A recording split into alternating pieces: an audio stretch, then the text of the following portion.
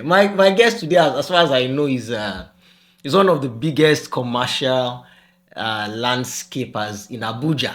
I mean, just big projects, landscape, architectural design, and all of that.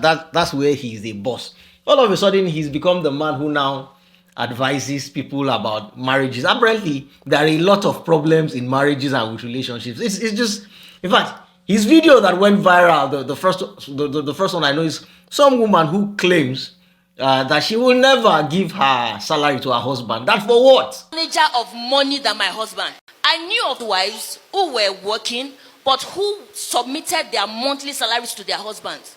When they need anything up until underwears, they will have to beg their husbands. I do not believe in a woman working and submitting everything to the husband. But you sit down and agree.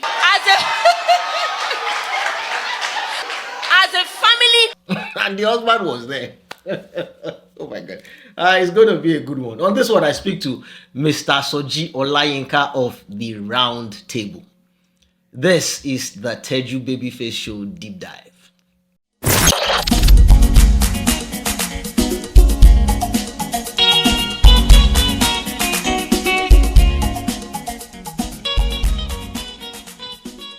This is the Deep Dive. So it is true that your wife can cheat better, smarter, more efficient than you, a man, and you will never know. What a man can do, a woman can do better. Is that not what we used to say way back? The old adage. Yeah. It's actually what a man can do, a woman can do better. See, you know why men are easily caught by their wives? Men are very careless. 1, 2.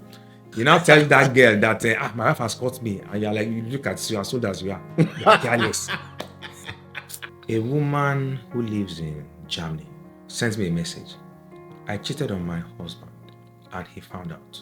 I don't want to lose my marriage. Please, I need help. Now got to a point, the man started feeling jealous of the vibrator. You, this vibrator, you're not making my wife to prefer you to me.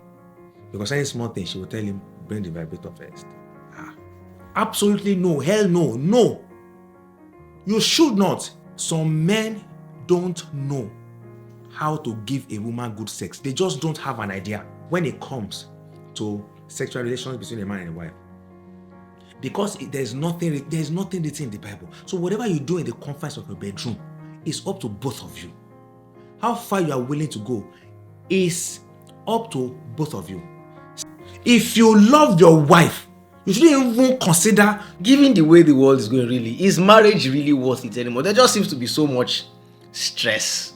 From my experience, I've been talking to people about this for about 15 years.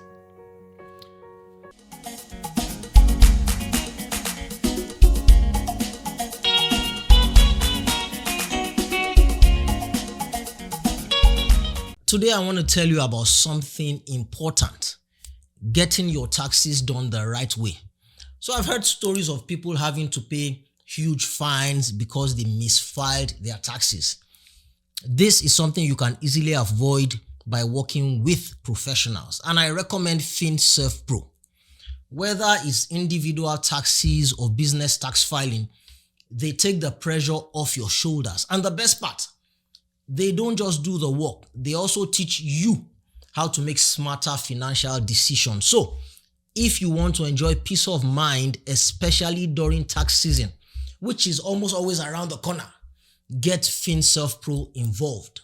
Okay? Do it today. SO Baba. You are a landscapist now. I mean, you're a landscaper. Which one? What have you now become the authority on I want to leave my husband, my wife is not giving me sex. I get sex toys biblical. How have you become an authority on these things? I'm not an authority. I'm just someone who has studied a lot about relationships. And should I say, not just studied, who have had a lot of experiences from people and my own personal experiences too. First of all, I am a Christian. And my Christianity, I'm saying this not to impress you actually, I'm saying this because that's exactly who I am. When I became born again, I was totally devoted to knowing who God is I was totally devoted to understanding the Word of God, the ways of God, the tenets of God. And I started studying the Bible. By the way, the landscaping work had been going on by the side. At a point, I'm trying to tell you how the whole thing came to be. At a point, I was told, I did not know, that I have this gift of counseling people. I didn't understand what that meant. If you come to me and you tell me that this, that, and you want my advice, what they tell me is there's a way I would communicate my counsel to you that will make sense to you. And by the way you take that counsel and run with it, you get a positive result. I get people come back to tell me that, oh, that thing that you said, this one that you said that, oh, it worked for me. Oh, thank you so much. And I'm like, I don't even remember what I said. If I don't remember things that I said to people, that's the truth. So people have been telling me that. I've been seeing some signs, but I still felt it was no big deal. I mean, anybody could counsel anybody. If you are smart, if you're able to give a smart advice to someone, it's not a big deal. Okay, so studying the Word of God, understanding God, someone is telling me, or people are telling me, you have this gift in counseling people. And then moving on, and of course my business was there, even though it wasn't doing so well way back in the 90s when I started. And then I got to a point where it was getting more intense. People would see me and tell me about their personal stuff, what they're going through. And without thinking, I will just give a word, say something, and they will catch it. And then they run with it. In every area, not about relationships alone. I wanted to see someone, this was like 15 years ago, in an office. So I entered the office, saw the front desk lady. I was waiting to see the person. And then we just started a conversation, just casual conversation. And she was telling me that she was tired of what she was doing. She wanted to start a business, but she didn't have money to start business. And I said, oh, really? I said, is it money that you need to start a business or an idea? And she was like, she was like, that's true. I said, so it's not money. Money is not the first thing. Idea. Do you have an idea of the business you want to do? She doesn't even have an idea. In her mind, it's money you need. So if you see money, then idea will come. And I said, no, it doesn't work that way. Do you know that for saying that, she collected my number. I said, when we couldn't continue the conversation in the office, she called me afterwards. We met and I told her, I gave her different ideas of business that she can do. I don't even remember her name, but I remember that she resigned from that place. She went back to Lagos. This was Abuja. She went back to Lagos. She started that business. I can't even remember the business, but I remember the story. I mean, so how do you just tell somebody like that, one off the hook? Is it money you need first or an idea? I'm not a motivational speaker. I was just speaking naturally. Now, I have such different experiences. So, in the choir where I used to be a member, I would sit down there and somebody would just come. Random person would come to me and say, something was just telling me I should discuss this, my issue with you. And they would discuss it. And I was able to give. I remember a particular guy. The guy just joined the choir. It was an all night that we had. He just walked up to me and said, I don't know why I'm coming to tell you this, but this is my story. He had been stagnated. A lot of things were not working for him. He couldn't finish school. Long story. And I was able to now walk him through what he should do, the spiritual part, the physical part, the mental part. I worked everything out with him. When he finished the story, when I told him that, I said, I'm sorry that I came to just bother you with my personal story. You know that it has been like that. And then one day, God now spoke to me. In fact, that day, I was flying back to Abuja from Lagos. So I was in the air, meaning that I was closer to God than anywhere else. So it must be God speaking to me. Because when you're in the air, you are, your altitude is closer to God than when you are on the ground. I'm sure you know that if you pray on the ground, you will not get to God faster than someone that is high up there. That's just a joke. Yeah, I was going to finish. In which, Okay. if you keep going up and up, you eventually get into the stratosphere. You leave the atmosphere. You get to, and then you are going to space. So good luck with. people that are in the moon, their prayers will get answered more. Yeah, I mean, people that are on Mars, their prayers should get more answered more now. Yeah. So God gave me an idea of what I should do, a vision. That look, bring people together, listen to them, and then try and work out their thoughts through the counsel by the gifting that I've given you in a certain area, relationship and marriage. It was clear. And I was like, okay, what does that mean? Bring people together, let them talk, coordinate it, and then from what they're saying, you'll be able to understand, and then you'll be able to give them good counsel. And it is to the young people. So if you have done 20 years in marriage and you have challenges, go to your pastor or go to God. Don't come to me. Even though I can do one-on-one with you, but the platform is not for you. Me, I can sit down with you. My mom calls me her counselor. I'm my mom's marriage counselor. Sorry, you are whose marriage counselor? My mom. The woman who gave birth The to one you. that gave birth to me. You are her marriage counselor. I'm her marriage counselor. Because my mom will call me and say, we'll consider the issue. And this one, that my mommy, calm down. Mommy, mommy, do this. I strategize with her. I'll tell her, mommy, do it like this. Mommy, do this. Mommy, do this.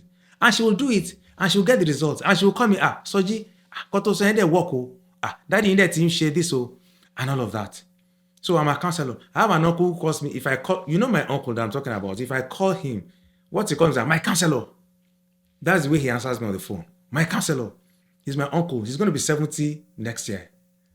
He tells me so. So what I'm saying is, I don't know, gifting, grace, whatever you want to call it. But for the so that's personal. But for the round table, for the platform, it's for young people. So God gave me the scripture to use. Isaiah 1:18. Come now, let us reason together. And it just clicked. I knew it was God speaking. You are not a pastor. Some people call me pastor. I've been fighting it for years, and I'll continue to fight it. Oh, no, but you have people, you have followers, you have this and that.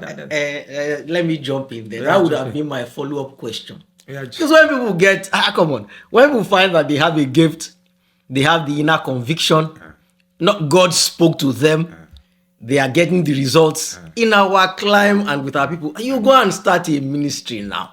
And you're already a Christian yourself. So why didn't you just jump off landscaping and go and start a ministry? Is that what God said I should do? Is that what God said I should do? Jump off landscaping and start doing this. I'm not making money from this ministry.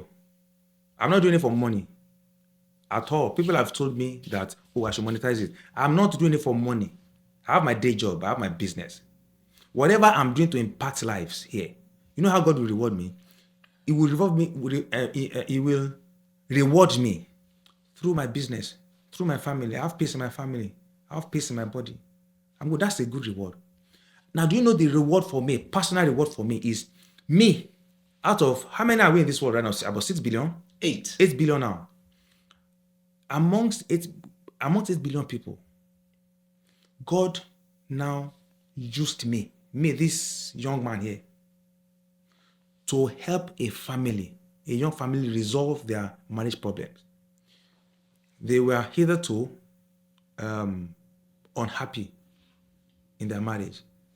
Speaking to me, I was able to impact them, and they are now happy and their marriage is doing well. That is a bigger reward for me than money. I'm telling you. Let me finish the roundtable story quickly. Sorry. I will still go to this, very important. Yes. Yeah. So, come, let us reason together. So don't do church, in fact, when people invite me, churches invite me, I prefer to do a roundtable style. Let people sit down, let's make it very informal, let us talk, than for me to now go on the pulpit and start preaching. I don't want to preach.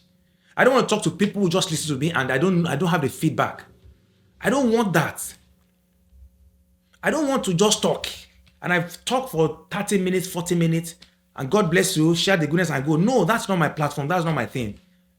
I want to be able to, I want you to listen to me, have your own thoughts, share your thoughts. You can disagree. In fact, I want you to disagree with me so that we can have a robust conversation. So sometimes when I go for these engagements and I'm on the altar, there's something that I say that is different from what anybody else says. I don't even know if anybody says it. My intro has always been this. Okay, so put hands together for this person, Soji, Olayinka, and I get on the altar. I say, I am here in front of you. Not because I know better than you. It's because I've been given an opportunity to speak to you. What that means is that I don't always have to be, no, I cannot always be right. And you can always disagree with me. But if you disagree with me, I like it, express it so that we can have that conversation. So I'm not always right. I'm not the best person here. I'm here because I've been given the opportunity. So when I say that, I say, okay. So they adjust and say, okay, so you are not, this man is not, the pastor that knows everything, whose word is law. Whatever he says, you must believe it because he knows more than you, because he has been studying the Bible way before you were born, and that he knows, and once he says, this is it, that's it. No, so this person is different. He's saying that you can disagree with him. Meaning that, and I also put it, I say, even as I'm here, I want to learn from you. So we're all going to learn together in this meeting. That's different. And that's why a lot of people connect with me. That's the truth. Because I make them speak. I make them talk, say their mind. So now, let me round up with that story. So I go back to Abuja and I was like, okay, as you know, so many people, they have an idea. God is telling them to stop. They don't start immediately. I felt that maybe it's just my mind that's speaking. Maybe it's just thoughts, random thoughts. So I didn't do anything about it for like almost a year. But I was still talking to people one-on-one, talking to them. Until one day, the pastor in my church that is in charge of chairman of the marriage committee, yes, in my church, he's my friend, so we're having a conversation and he told me that he doesn't understand what is going on. That you find young people, who met in church, either choir, ushering, hospitality. They met in church, they started dating in church, they did counseling in church, they hear the sermon every Sunday in church, they get married. That most of these marriages, 70% of them, is either they are having problems there, they are separating, they're having issues, that he doesn't know what is going on in the body of Christ. And a spirit just entered me and said, I have been telling you to start this thing. That was when I made up my mind to start. It was that conversation I had. And when I started and I see, trust me, tell you, a lot is going on with marriages of these young people, Christians. So that's why I now tagged it the Roundtable. The Roundtable doesn't sound like a romantic or a marriage platform. The Roundtable could be anything. Roundtable is just discussion, but that's the name. Let's talk. So I started in Abuja. I started bringing people together. I started having my own personal events. The first event I had like 150 people that came. Now there are some things that we do on the Roundtable. One, the way God gave it to me is not a religious platform. And I say there, it's not a doctrinal platform. If you are doctrinal, if you are religious, you will not like it. It's not for conservative people, but it's for Christians who want to be real and practical. Some of the topics that I discussed, they are very practical things, things relatable to things that you won't hear in church. Okay, you talked about, I discussed something about sex toy. Will they discuss sex toy on the altar in church? No. How? There are things that we are used to. It's like a dogma. And some of these things, they are wrong. They are not correct. There are some things in the Bible that conservative Christians will wish were not there. Like what? Polygamy. Is polygamy a sin? People ask me that question every day. But I say polygamy is not a sin. It has never been and it will not be a sin, according to scriptures. Is that what God actually wants? No. You have to explain yourself, please. Yeah. So I can marry another wife. Yes, you can. Okay. Yes, you can.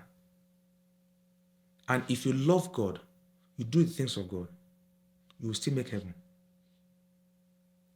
Even if I have 3, 4 wives. 3, 4 wives. Okay.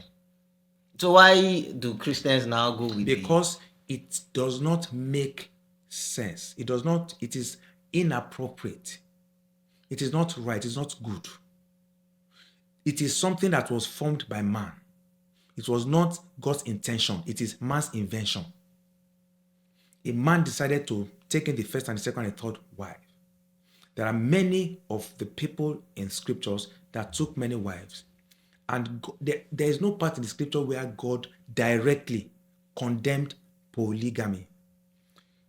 In the New Testament, Paul said, no, if you want to be a leader in the church, you cannot have more than a wife. Right. There are some leadership positions that a lot is expected from you. Even Paul himself said, for him, it's better for you not to even marry. For the sake of the kingdom. Yeah. Does that mean that it is wrong to marry? No. That was his own personal view. Sometimes we use personal views of scriptures or people in the scriptures. We turn into doctrine. Personal encounter of one individual, we turn into doctrine. Culture at that time, when the scriptures were written, we turn into doctrine. There are some churches now, if a woman does not cover her hair, with scarf, whatever, you can't even enter the church, you can't pray in that church. As if God is looking at your scarf to answer your prayer. Oh yeah, I was watching a video recently. Some pastor was taking gays Baba apart because he had his hair dyed. Those are conservative Christians. And because he didn't cover his head or something like that. Yes, those are conservative. Look, let me tell you, it depends on, we are taking this conversation in different form, but no problem. Let's just be giving it to me the way you want me to be giving it back. Now, look, when I first of all became born again, this was 1997. I tell you, I was on fire for Christ. I wanted to know Christ. Because I wasn't a bad guy. I wasn't a bad boy. I was raised very well. Yeah, many of us ran after girls, went to parties, did all that. Youthful exuberance when we were in the university. Yeah, we didn't know anything. I didn't even know about John 3, 5 and 6. John 3, 3 and 5. Except the man is born again, cannot enter the kingdom of heaven. I didn't know it. I did not know that scripture until I finished university. Because in those days when we were in the university, all those SU guys, they used to condemn us. They did not tell us about Christ. They just feel that all these people are going to hell. They are the only ones going to heaven. All those scriptures, SU, we used to call them SU. So nobody even came to evangelize to even tell me about the love of Christ. But eventually, when I saw that scripture, I was like, okay, so I need to give my life to Christ. I need to be born again because I want to make heaven. But interestingly, so I now knew about the scripture. I went to read it. I understood it. But because of the small nonsense things that boys were still doing then, I did not become born again. I learned about it in 1992. I became born again in 1997, 5 years after. Because I was still doing little things here and there. And I couldn't combine it. I cannot comfortably, openly declare that I'm a born again child of God, filled with the Holy Spirit. And I'm still putting my hand in sin. Those ones that many people cannot control. I'll rather do the sin when I'm done and my eyes have cleared. Like we say, Oju eti da. then I can now come, Father, forgive me. I'm now for you. And so when I gave my life to Christ, it was total. After that experience, I did in my bedroom. I didn't come for an altar call, the showmanship thing. No, it was my bedroom. Lay down there, it was me and God. I sorted it out. I became born again. All things actually disappeared. All things became new. I was on fire. I will condemn anybody that did here, like this guy you're talking about. Even in the choir, I will be telling some, this Jerry Colson that we used to do that time. Some guys, there's this particular drummer in the choir. I will tell him, no, go and cut it off. That was the limitation of my knowledge then. I thought these things matter in the kingdom. I didn't know at that time that it's the heart, the mind, that is important to God. And so, moving on, I did that for many years. So now, if I see people who condemn those guys, I understand where they're coming from. It is the limitation of their knowledge. It is their doctrinal upbringing. It is the limitation. See, look, God himself is liberal. He's principled. Jesus Christ was liberal when he was on earth, but principled. Jesus Christ condemned every sin, everything that was wrong that could be condemned. Jesus Christ condemned it, but he was in their midst. He condemned it, but he was in the midst of the people, the sinners. But he will tell them what to do. We look at the outward appearance more. Jesus Christ came to teach us about love within. I will condemn anything that is against the laws of God today. I will condemn it openly or secretly. But I will not judge you. It's not for me to judge. If I tell you that if you are committing adultery, and I tell you that adultery that you are committing is not right, it's a sin, I have not judged you, but I've condemned what I've done. There's a difference between the two. Jesus Christ does. People will think that Jesus Christ condoned sin. That was why he saved that woman that was caught in adultery. No. What did he tell the woman when she was going? Go and sin no more. Because next time, if they catch you, I may not be there, they will kill you. Go and sin no more. He added it. He only saved her from death because she was one of those that he came to die for. And if she died at that instance, she probably would go to hell because Jesus had not died. So he needed to save her from death, not to approve her sin. So he had to look for a way, wisdom to, how can I save this woman? How can I save her? He was writing on the floor. I'm sure while he was, because Jesus Christ prayed when he was around, I'm sure what he was doing, writing on the floor, he was praying. Oh, God, this thing I'm about to say is not written in the Bible. I'm just thinking. This thing I'm about to say, let it enter, let it convict these people, not to stone her. By the time he raised her head, okay, if anyone that's without sin, oh yeah, stone her now. They dropped their stones one by one and left. His prayer was answered. So he saved her. Not that he said, Abba, I beg. All of you are sinners now. So what is their beg? Let her go. No. He saved her life. I said, I've saved you today. Go and sin no more. So people use that example a lot to feel that, you see now, you can do what you like. Jesus Christ even saved the woman. And he will also say that, what about this prostitute? What's her name again? And the one that is in the lineage of Jesus Christ. Magdalene. No. The prostitute. Rahab. Rahab. What about Rahab? Is she not a prostitute? After all, she's in the lineage of Jesus Christ. How many prostitutes are in the lineage of Jesus Christ? All the other prostitutes, what happened to them at the end of the day? Is that the reason why you should prostitute? So what I'm trying to say is I'm taking two things at the same time. One, I'm talking about polygamy. I'm talking about how people view this kind of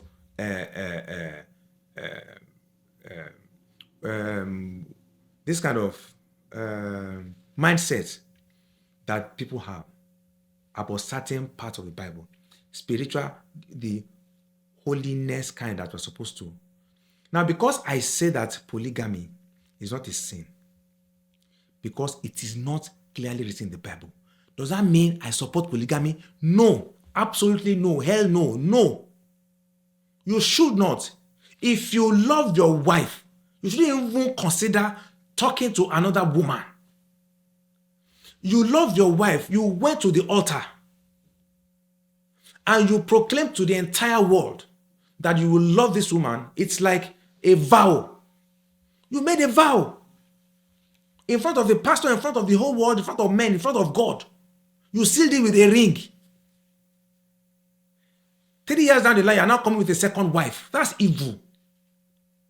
That's not right. Okay, let me take it back. Okay, it's not evil. Let me not go too strong on them. It's not evil, but that is not fair. That is not right. That is not good. You don't have integrity.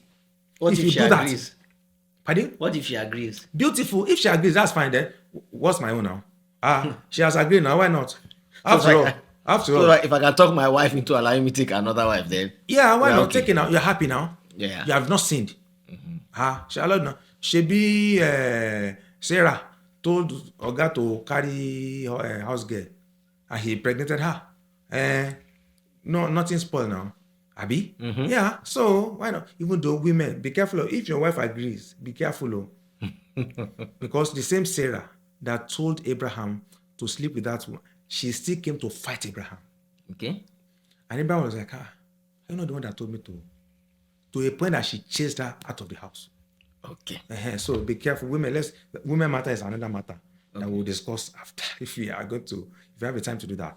So what I'm saying is, you have to be fearless to be able to come out to say that some of these things that we thought were sinful, that they are not.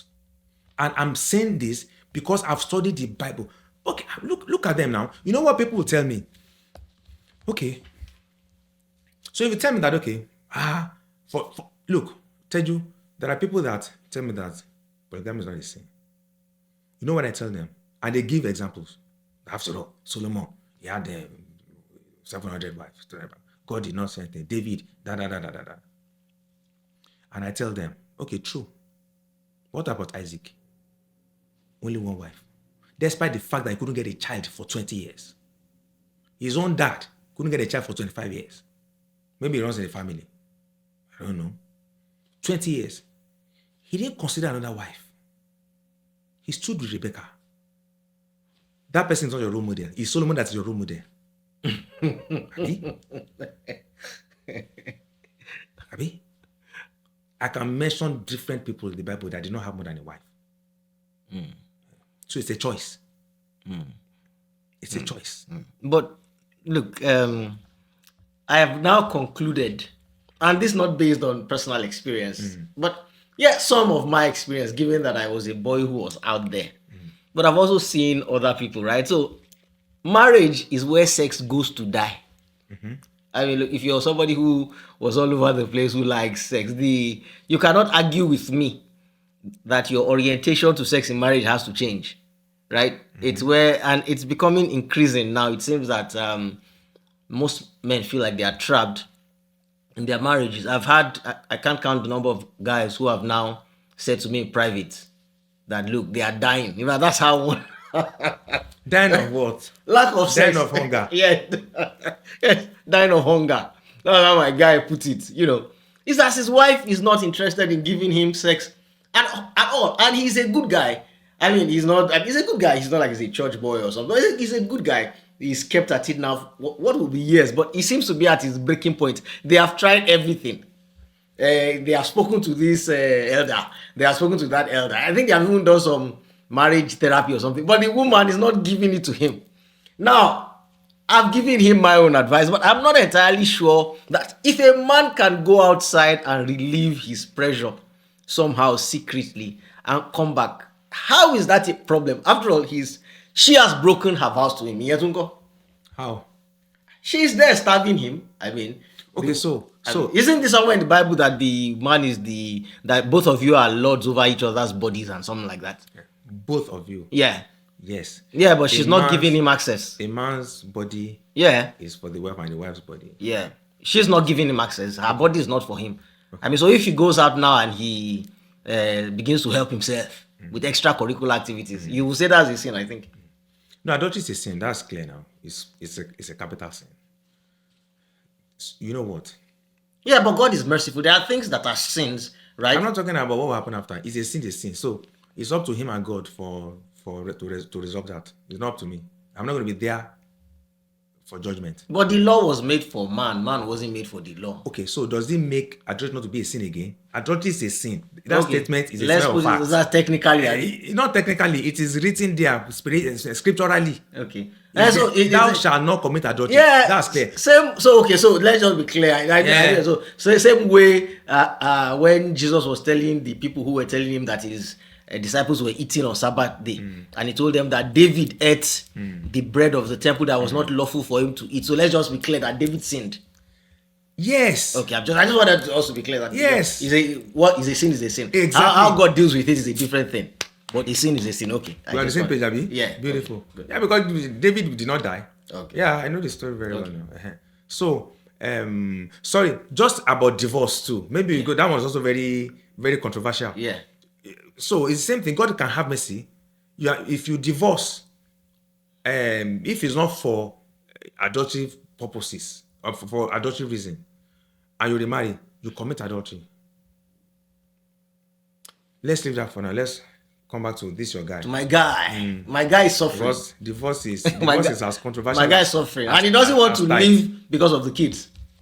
They have young kids. So, this is how I engage a conversation concerning this. Yeah. You know what? If you have 4 couples, they have the same complaint. My wife is starving me of sex. My wife is not giving me sex. My wife is not giving me sex. That's number 3. Number 4, my wife is not giving me sex. 4 guys, my wife is not giving me sex.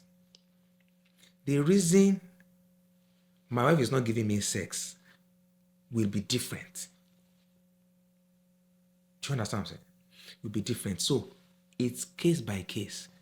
If I'm going to talk broadly, it's only those who fit into what I'm talking about that will relate to it. There are different. What I'm trying to say is that there are different reasons why a woman will not give her husband sex. 1, it could be that the guy does not know how to satisfy his wife. For that reason, the woman will lock up. Say, you will now come now. You do your own 2 minutes, you have gone. Me, I'm there, still waiting there. What's the point? Let me cuckoo just stay in my corner. Don't come near me. I've told you what to do, you will not do. Don't come near me. And then she's not giving him. He will go out and complain to you that my wife is not giving me sex. She's denying me of sex. When she gives you, what do? Do you satisfy her? Some men don't even know that a woman does orgasm. Look, the truth is this, from my experience, I've been talking to people about this for about 15 years. Some men don't know how to give a woman good sex. They just don't have an idea. There are some men, their wives will tell them what to do. Oh yeah, bring it. In fact, short of carrying the guy's hand like this, oh yeah, come and put it here, come and put it there. They don't know. Some men are so impatient. Some men feel that women, it is the actual penetration, actual rhythm of the penetration that gives women pleasure. No. I'm talking about the thrust. It's not the thrust. Some women, they are under pain while that process, the activity is going on. And the guy will not even know because it's the same moaning that you make when you are, okay, so the sound that you make for pleasure and moaning is the same thing. Sorry, for pleasure and pain is the same thing. Have you ever thought of that? Oh, okay. It's similar. When you're in pain and when you're having pleasure, how do you sound? My answer to that question would have been scandalous. So let me just say no. If something is paining you, how will you sound? Well, I guess you scream. You don't think about it. You scream out your body responds to the stimulus or the stimuli. Okay. You want to try and be gentlemanly. Okay, I understand that. But you understand what I'm saying? I get it. So the man will not even know. Yeah. The man will feel that this woman is enjoying what he's doing, but it's painful. Because for the most part, when a woman is not enjoying sex with her partner, her husband, right? The lubrication is zero. She's not bringing any lubrication. I mean, And when she's not bringing any lubrication, that is sex 101. You don't any man know that.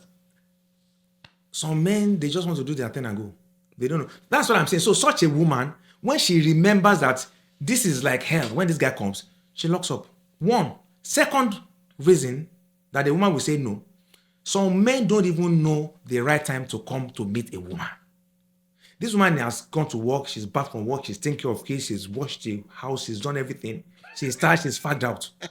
They are now coming, you are now crawling to say you want to, and she's tired. She wants to, the only thing on her mind is to sleep. You call when you are 10 minutes away from work. Oh yeah, I'm coming home. Some stupid Oh yeah. Loshora like into FG, you know. He doesn't, you see, some of these guys don't get it.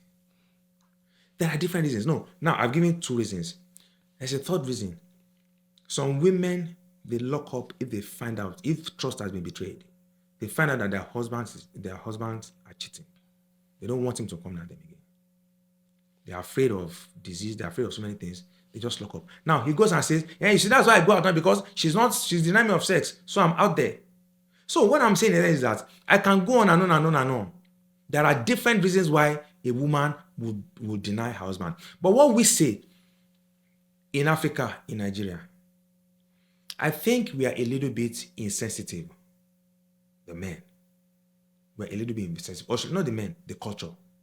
The culture is a bit insensitive. And that culture and our faith, you know, it has, to a large extent, it has mixed. Church and culture. They will tell you, no matter what it is, tell the woman, no matter what it is, you can't deny your husband. Yeah, but my husband is that. Yes, we know, but you cannot deny your husband. That's not fair. She's a human being. They should call the husband. They should sit and have that conversation. Help them. That's why I say, number one, that's one of the reasons why I cannot be a pastor. I can't. 2, let me give you this example. What's the reason? You didn't have a reason then. Now I've said it now. Look, I will tell you now with this thing I'm about to say. So a lady went to meet her pastor. She told me this, you know, after I helped her out. That she's not, that her husband, just like I was saying, she does not enjoy sex with her husband. She wants more, the husband does not give her as she wants it. She wants a certain way. And the husband says, no, I'm not going to do that. But that's one of the major ways in which she enjoys sex. So she explains to her pastor, expecting that maybe the pastor will call the guy and speak to him. The pastor chastised the woman and told her that she's too carnal, that she should stop thinking of those things and pray to God to deliver her from carnality. Talk to me now, tell you. She came to me. I told her that, look, I want to speak with your husband. She called her husband. I said, guy, how are you doing? How are you? This is what your wife is saying. You know what? I explained some things to him. I told him, this way, that way, this way, you try it. I don't want to go to details, right? But that's where I spoke to him. And he agreed with me. He started walking around what I told him. And today, both of them are so happy. You see that they'll be beaming like this, beaming with laughter. They're happy.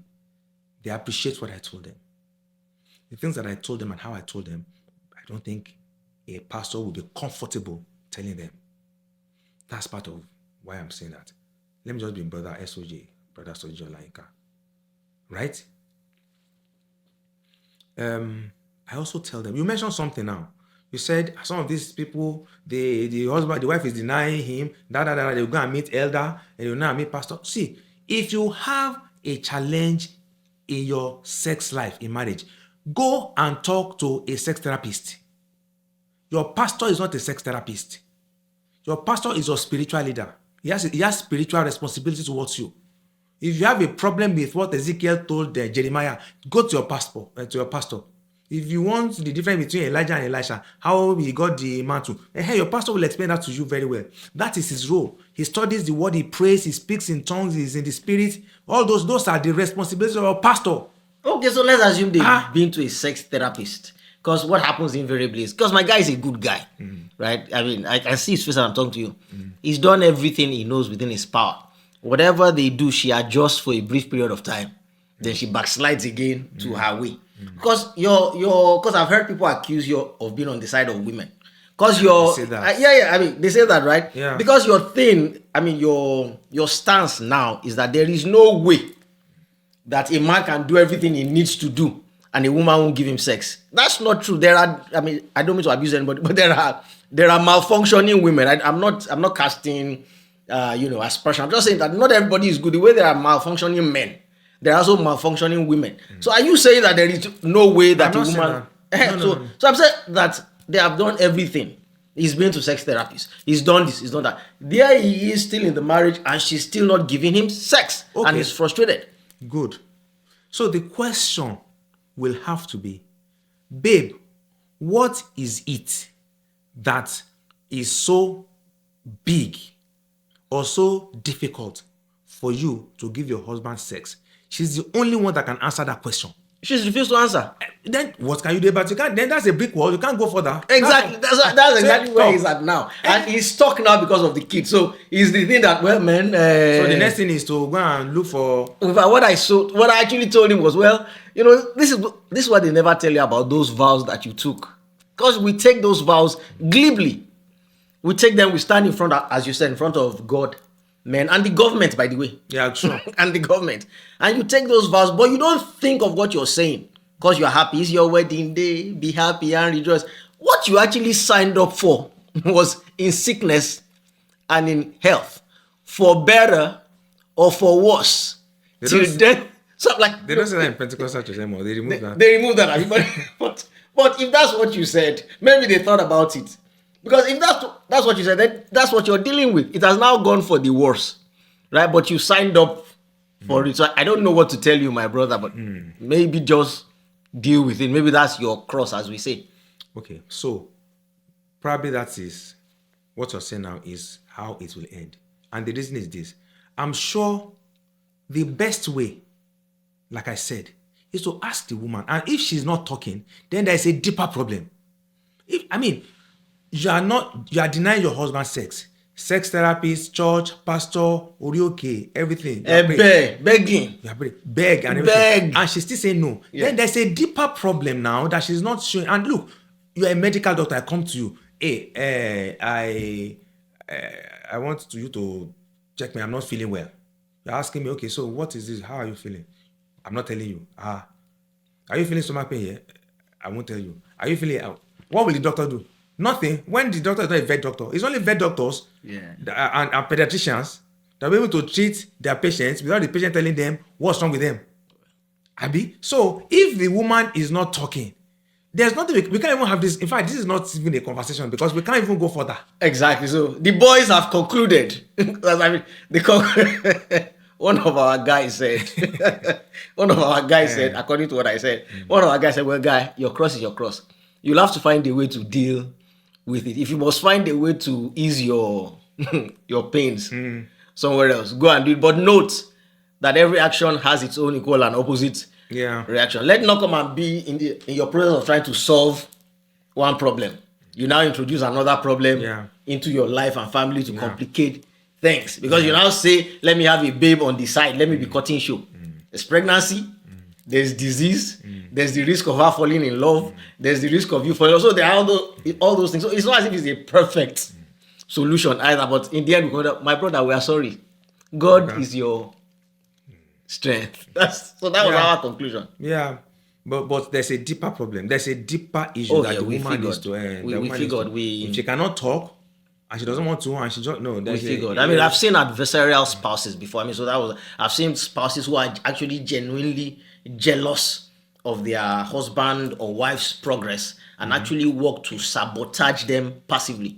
We've seen that happen Yeah, before. So I mean, yeah, so yeah. we do know that, for some reason or the other, she's adversarial to him, Yeah. and he's just, again, he's strapped by. I don't think we do a good job preparing people for marriage in any way. No, In any way. we have not. But I try to do that now. Yeah. See, if if God Almighty, see, I've done a lot of pre-marital counseling. I still do a lot. If I'm doing premarital counseling, I have my syllabus. By the time I finish, you will not want to get married. You will not want to get married. I'm not going to tell you about the flowers and roses. No, it's work. I will tell you the probable challenges that will meet there. The attitude of the man, the attitude of the woman, their mindsets, their personalities, their temperament. How shocked are I you will- by people's naivety when it comes to this area, by some of the things you hear? I mean, sometimes you want to throw your hands up and like, who are these? How shocked are you by? Because I was watching one of your videos where the girl was saying that she knows that the guy has problems already, but she was still going to marry him anyway because she was, I think, 32. Yes. I'm like, how I mean, I don't want to abuse her, but how? I mean, I how? actually abused her. You actually abused her? But that was off camera. Okay. But I still abused her nicely in the video. Okay. How stupid See, that one is going to be a different matter. See, some women are desperate. For whatever reason, you may not want to blame them 100%. One, they talk about their biological clock. Two, they talk about time, pressure, peer pressure. All their friends are married. Their kids are already in university or secondary school. You don't even have a boyfriend. You're 39. And God answered your prayers. Somebody came to say he will marry you. Unfortunately, he has this attitude, that attitude. He will gaslight you. He will talk you down. But he will marry you. So are you now saying, no, I will not marry you? The problem is that they don't know when the next guy will come. This one that they have found, let me enter. After all, there's no marriage that does not have problem. And so if this is the problem I'm going to have there, let me choke my head inside, like we say on the street. And then we get, at least I will have children. I am married. So me and him, we can go out to social functions with my husband, even though he just beats me in the morning. I use makeup to cover it up, but we are married. So that is their mentality. So it depends on what you can accept or accommodate. What's your tolerance level? What's your basic minimum? So it depends on you. But I feel that, look, if you know already, God has shown that this guy is going to deal with you in marriage, even if you're 38, 36, please just be a little bit more patient. Just trust in God. He knows your heart. He doesn't want you to be impatient. If you have been able to wait till 38, you are still not married, don't just marry one random guy that will deal with you just because you want to get married. What is the guarantee in marriage? There are no guarantees. That's the truth. So if there are no guarantees, even if you see a good guy, how much more if you not see a bad guy? It's worse. And what is the point in jumping into a marriage? I mean, pressuring yourself into a marriage, only for you 2 years after to now pressure yourself out of the marriage, just to be on record that at least I was once married or I am married. So I don't, in as much as I try to understand, empathize with women in that category, I still feel that it doesn't make sense if God has shown that this guy will deal with you. And for the most part, they deal with them. Yeah, they deal with them. So that's the issue, really. That's the issue. I'm hearing troubling things in marriage these days. In fact, I've heard you hint about that in a couple of your videos. When guys come and say some of these things, I want to have affairs and all that, you will say stuff like, what about if your wife too decides to have an affair? You think women too don't want to have affairs? What if your wife decides to have an affair and all of that? And I've heard these things. People have told me that the number of married women now that are actively involved in affairs, that it will blow your mind if you know that apparently we're living in the age of liberal. I mean, we're just liberal now. I mean, of course, you can't reveal the secrets of your clients or how do you refer to them? Your wards. Mentees. Your No, mentees, mentees. They're just my friends. I mean, they are your friends. You can't reveal their secrets, those who consult with you. But generally, how true is this trend that as we go along, women are now getting more and more involved in extracurricular activities, those chains that used to hold women, those traditional, cultural, or even religious chains, they have now been losing to the extent that women now are now having. How often do you encounter that? So I get a lot of DMs from my videos. If I do a video and it's relatable to certain folks, they send me a DM to tell me their issues. And then I give them my phone number, and then I schedule sessions with them. A woman who lives in Germany sends me a message. I cheated on my husband and he found out. I don't want to lose my marriage. Please, I need help. That was the message she sent. And so, of course, as usual, I give her my WhatsApp number, do a voice note, tell me the issue, introduce yourself, tell me the issue, and then I will now schedule a session. So what she did, and she said, the whole story was there, that she and her husband had been fighting, quarreling all the time. She had not really enjoyed their marriage. And then every night she will cry because of one issue. Their personalities are different. Long story short, there was this guy who, she would cry to him. That one would talk to her, encourage her, and all of that. That was giving her emotional support. And from emotional support, feelings started entering. Before they knew what was happening, they started having sex. The guy found out.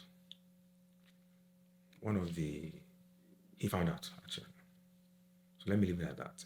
So that's one example. There are a lot of examples that I've dealt with. But the beauty of it is that at the end of the day, I spoke to the guy. Long story short, the guy actually he left home, but he's back. And he's ready to work it out with her. And they're actually doing well now. So that's an example which is rare. Women don't even say it out. They do it, like they say, claim out, go back to the house, and they are cool. Many of them are doing it. The woman also sent me a message, sir, I did something bad. I knew what it was because we were already talking about some issues that she had with her husband. Her husband is a bit chubby, not really overtly chubby. He 2 minutes man, the way they say it, that's what he is. She has told him many times to lose weight, do exercise. This guy will not agree. He's always there. Do his 2 minutes, go. She got frustrated. They have 2 kids. She got frustrated. And then she started liking a guy, a colleague in the office. And she said she was done with the marriage because she's frustrated. A lot of other things, but the sex was big on her plate. Long story short, she started sleeping with this colleague.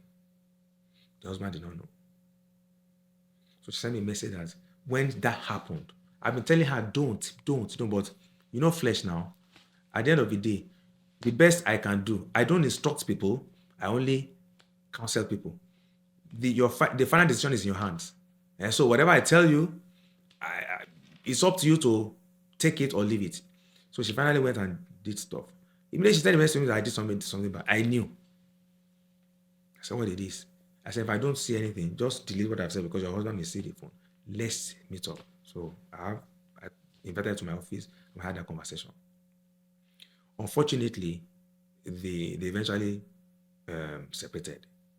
Now, 2 examples I know. I have many other examples of women who cheat. Just like you said, is progressively getting on the increase. Some of them cheat because they don't enjoy sex with their husbands.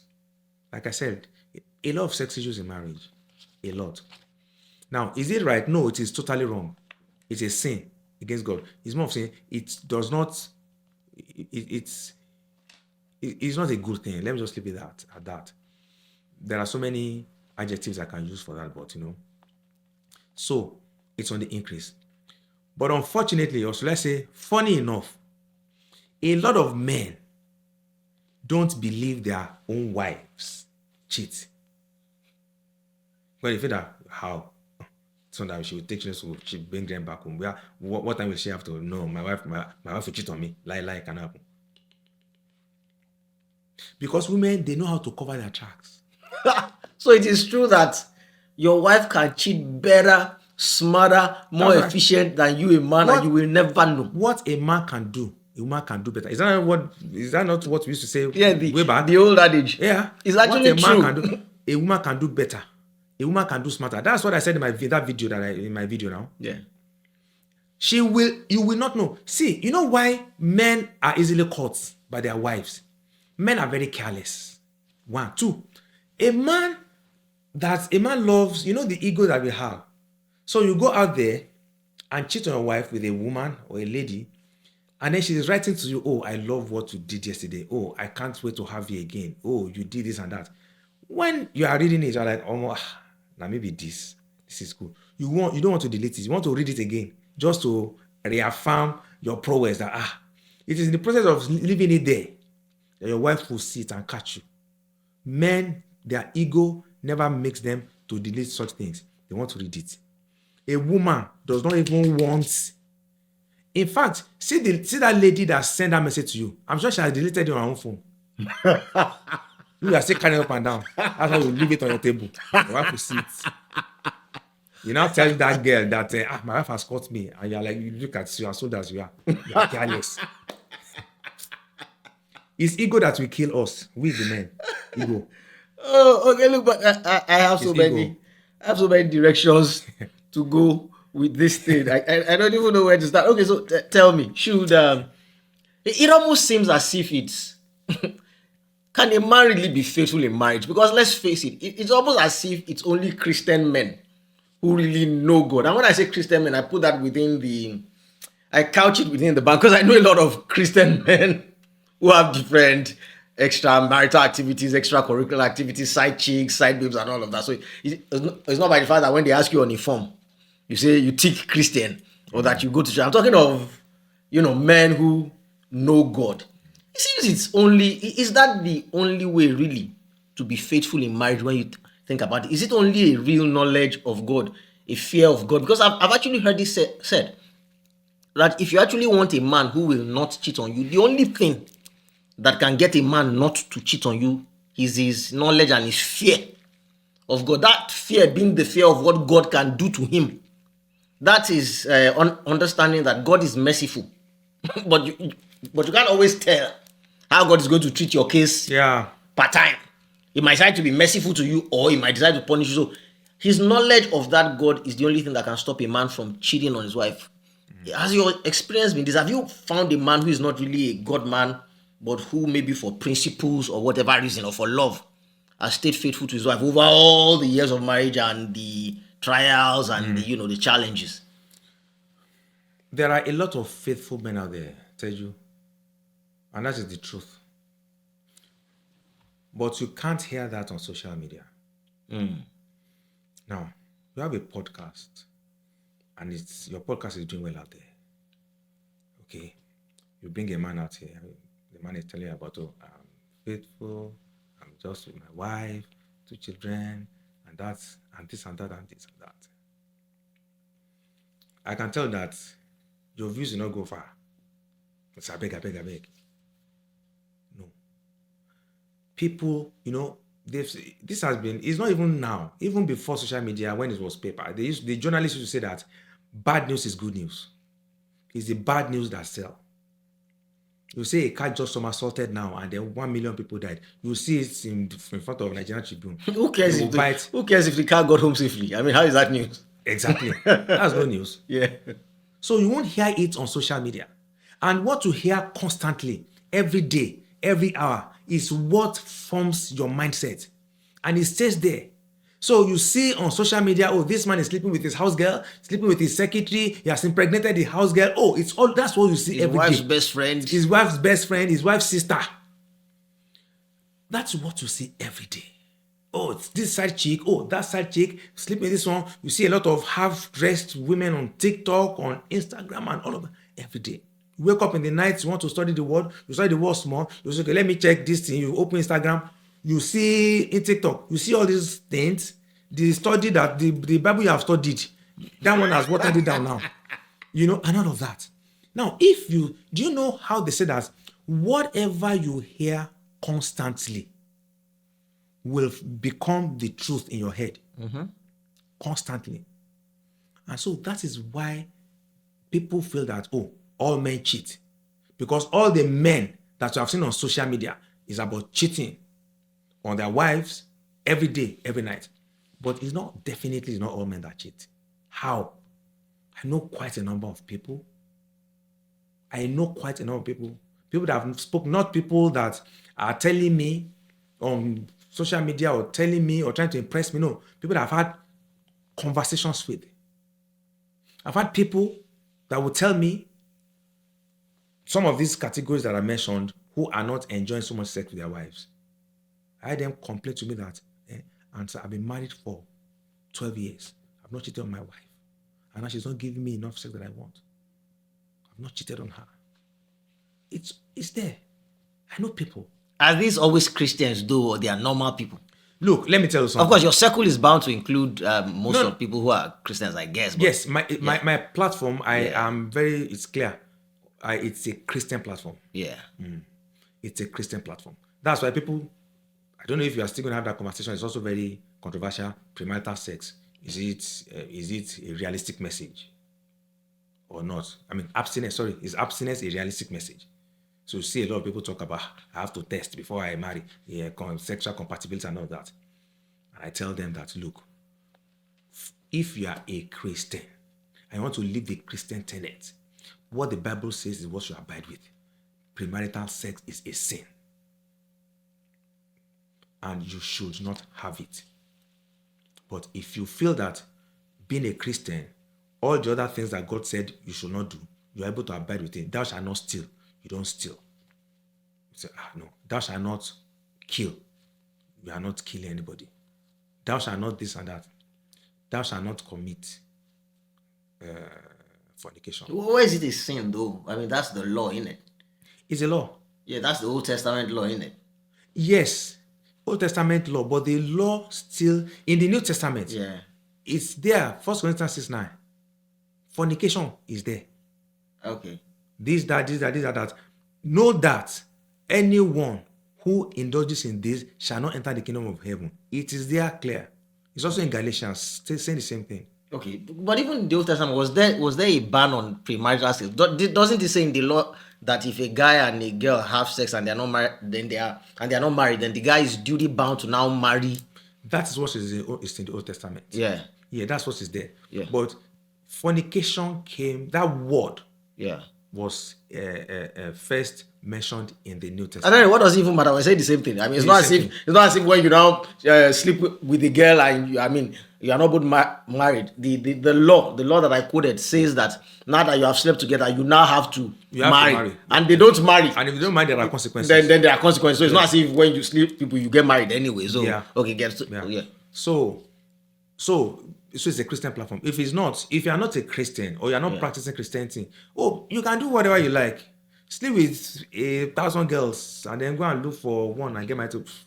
Okay, so you cannot speak to the faithfulness of men who are not really Christians, really.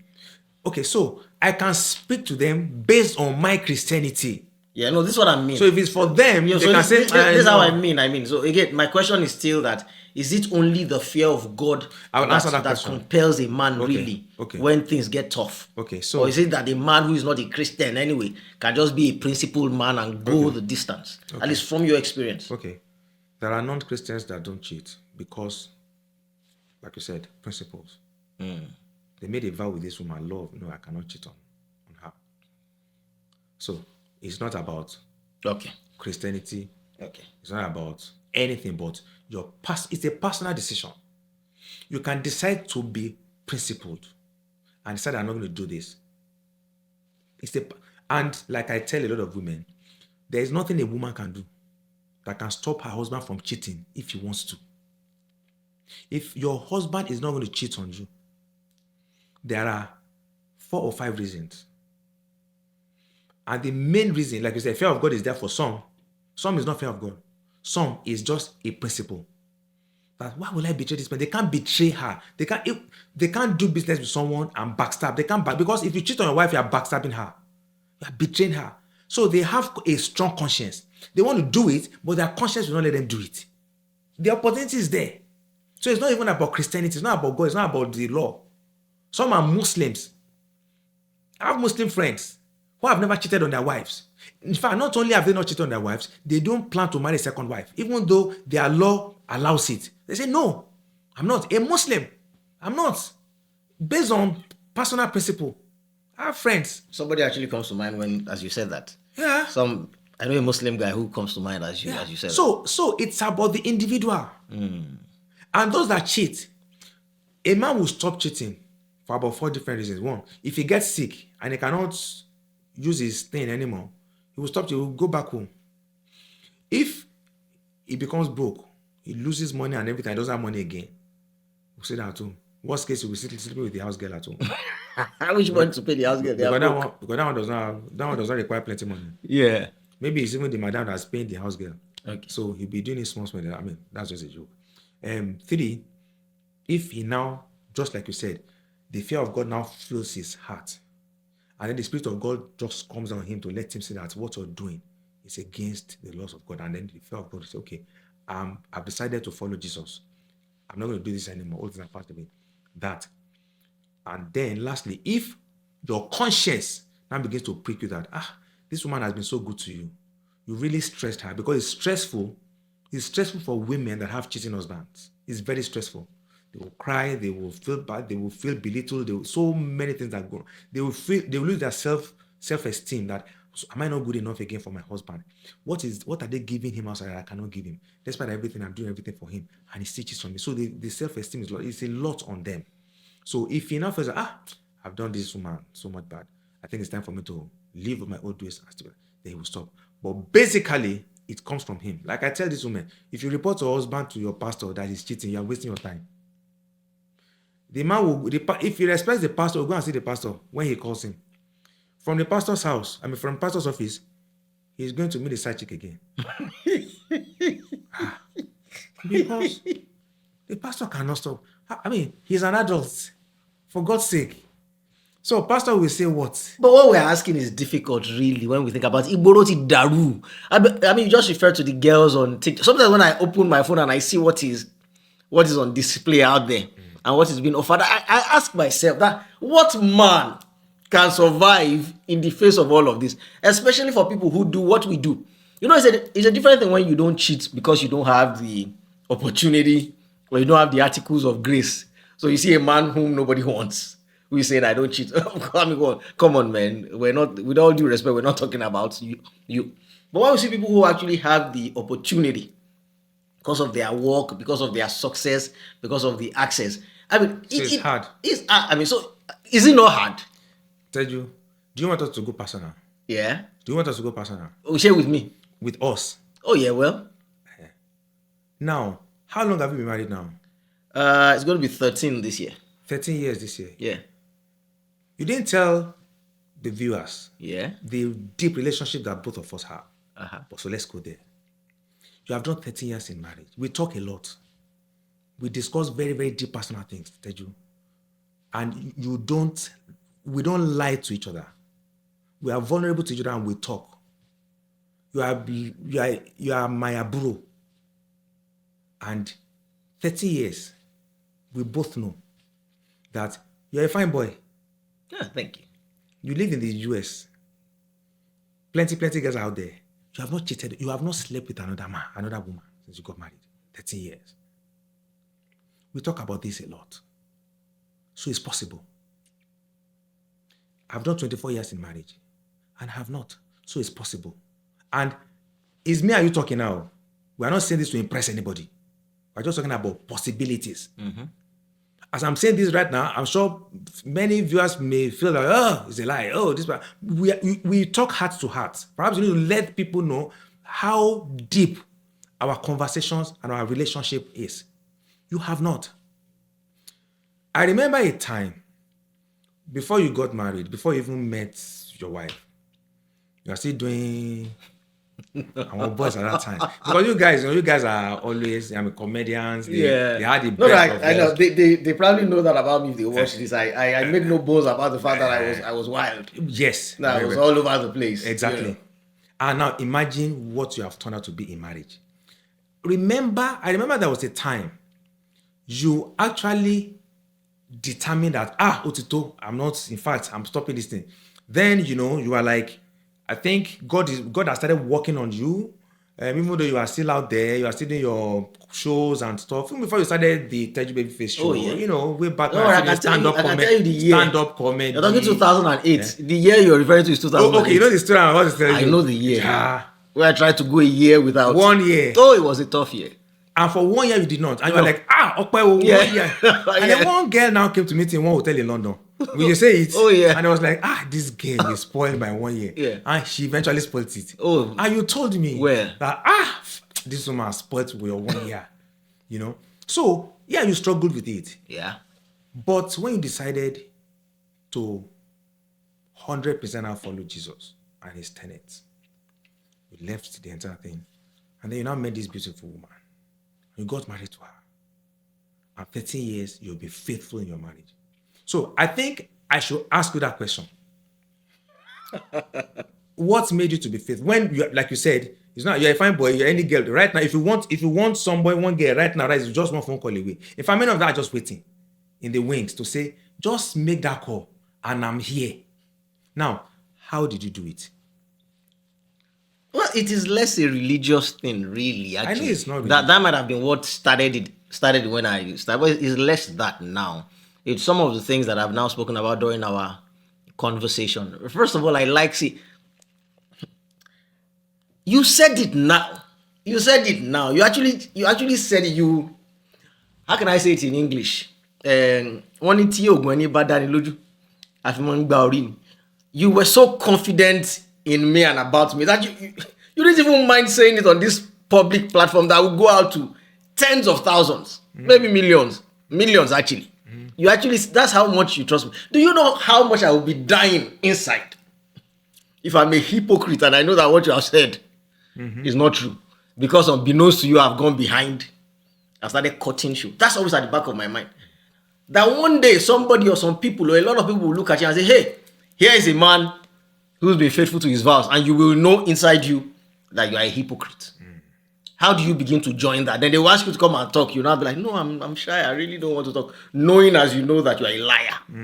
You know, those kind of things can complicate your life. There's that. Then number two, there's also the thing I spoke about. There are too many risks. I tell younger men, I said, look, let me not lie to you. It's the height of naivety and being infantile to think that there is any enjoyment in life without a price. I said it's children that think like that. I said there's nothing in life that you enjoy that you don't pay a steep price for. I said name one thing that is pleasurable that doesn't have a price. I said, so see that sex that you are going to go and have, you pay a price. I can promise you. Of course, with all these sweet things, the price is usually never given you up front. I mean, in some restaurants, they will show you the price. But usually when you go to the top end ones, I believe is when you finish eating and they bring the bill plus in fact, sometimes you know what you're picking up front, but you don't see the tax. You don't see the tax that they will add and the gratuity that you must give the waiter. So there's always a tax for this thing you want to enjoy, right? Those things. So all those complications, then where do you even start from? Then you now have to start hiding your phone and doing all those things. So for me, the wahala, the stress. The energy is plenty. The energy is plenty. I'm busy now. I'm shuttling out between Nigeria and the US. Do you know the amount of time and the resources I will spend? But I guess as important as that is, are also these kids. We're living in a very, very dangerous world now. These kids are going to come one day and tell me they have made some choices, or they want to make some choices, or they are considering making some choices that are not sanguine or good choices. If I'm not a man of my word to even their mother, which stance will you have? What ground will you have to look your son and daughter in the eye and say, see me, and see your mother. We have been on this thing now for 20 years, and I have not. I am your father, and you know me, I'm successful. Do you think it's because of a lack of opportunities? We are more than the sum of our choices and we are more than the sum of our temptations and inclinations. You must not always do something just because you feel like doing it or because the opportunity exists. You must think about other people. So it's a combination of these things and several more. It's less religious for me than practical. I just know that if I do it, imagine I have a young girl now that I am top spin. She won't be able to keep it to herself. She will tell one friend, I teach baby face, that they will share it. Then I don't know if they will keep it, but that thing will go. One day now you will now come on this program and say this thing. We have to cut it out in post-production. Can you imagine how if it was live and I didn't have it was somebody else's platform? Somebody will just come on there and say, who? Get. And I believe it's the root of why we have problems as a people. I believe when we have people who can't keep their basic word, as you have said, you made a vow, you can't even keep it. When you put that person in office, the one that can't keep a vow to his wife, so you will be there with your money, and you are thinking that person won't steal. So those are the things that I think about and consider and all of that. But I've talked too much. So what I've said now has little to do with fear of God, this one, the law, and that. It's more about your personal decision and the consequences that you know can come from taking those actions. Those are the ones that stay strong. It should get to a point, and we've not had this conversation, but I should suppose right now that you don't even struggle with it anymore. There are some that struggle with being faithful. Yeah. They are faithful, but they are struggling with it. Yeah. Those ones, it gets easier. Those ones are still vulnerable. Yeah, like everything, it gets easier as it goes. Yeah, for me, I don't think. There are days I struggle, depending on what I've been exposed to. Because I go to shows. Yeah, of course. You go to. You will see them. I'm not infantile to say and it will come at you. How do you see? Look at you. Come on, fine boy. Not even me. How do you see the girl? And I live in America now. Yeah. You will see.